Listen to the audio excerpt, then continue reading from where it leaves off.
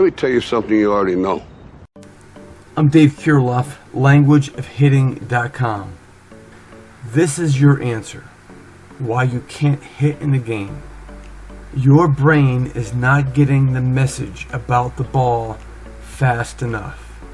Your brain is not getting the data it needs to make a reaction to the ball soon enough. With very simple logic, I want you to look at hitting from this perspective. As a batter in a game, what I'm really dealing with is this: a ball coming from one space and moving into another space. Let me say it that simple again. A ball coming from one space and moving into another space. And all I'm doing as a hitter is this, is reacting to the space the ball is going to be into next. When it gets into the space I need to react to it, is it going to be low in the space, high in the space, close to me, further away? Is it moving slower? Does it have bend? And the reason why you don't make a good reaction to the ball in the game is because you don't collect the data, the information accurately. Quite frankly, as a hitter, what you're really doing is reacting to information that you gather. And therein lies your problem. You are inaccurately gathering the information. You're not correctly in sufficient amount of time. Here's a quote by Ichiro Suzuki I've shared with the audience before, and this basically sums it up.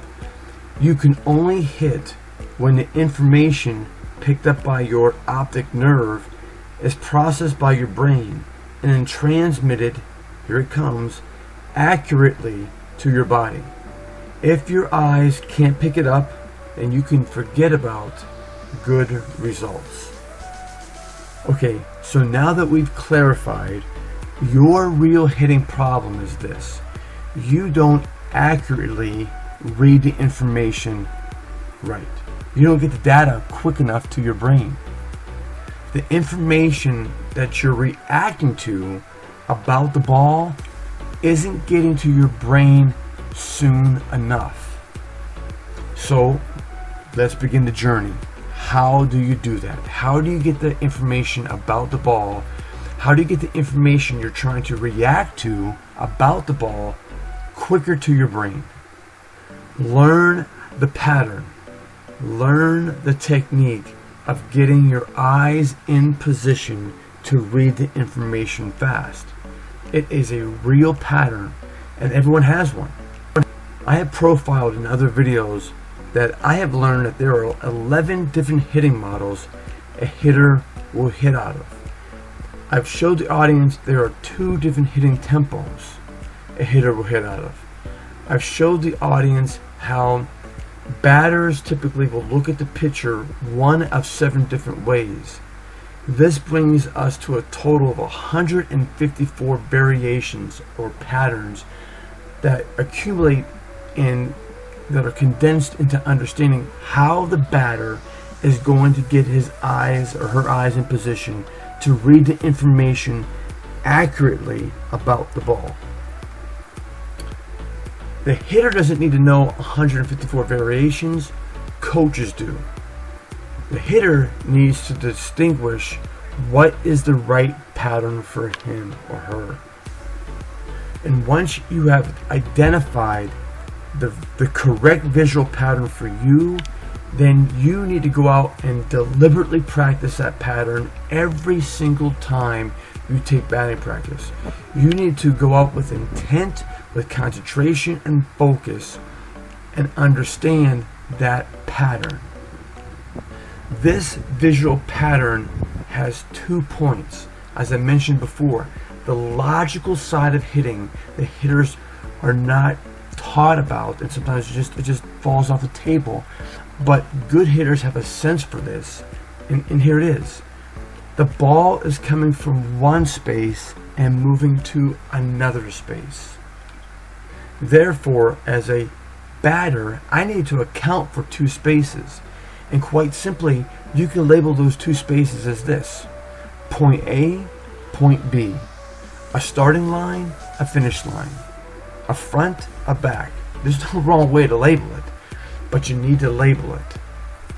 I just want to inspire you that if you want to truly be the best game hitter you can possibly be, it's time to study your hitting from a perspective that is logical to the game.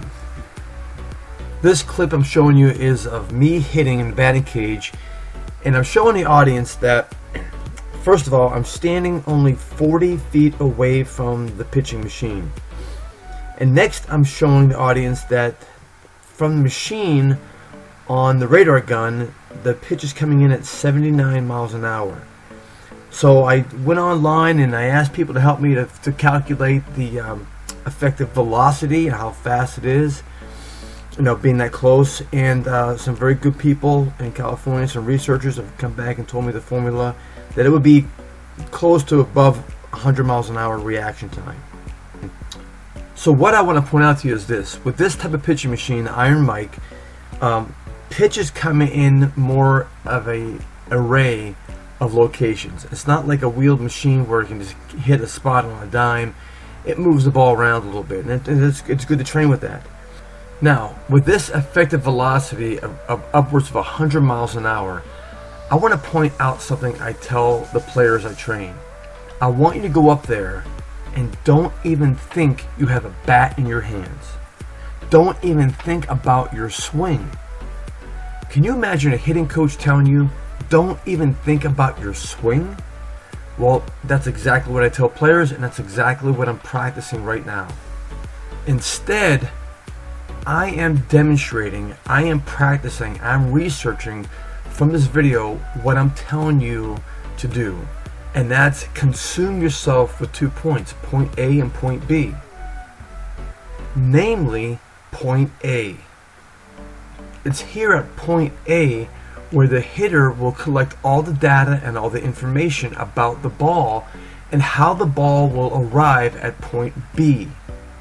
If I inaccurately collect the data, I'm going to be challenged to get to point B.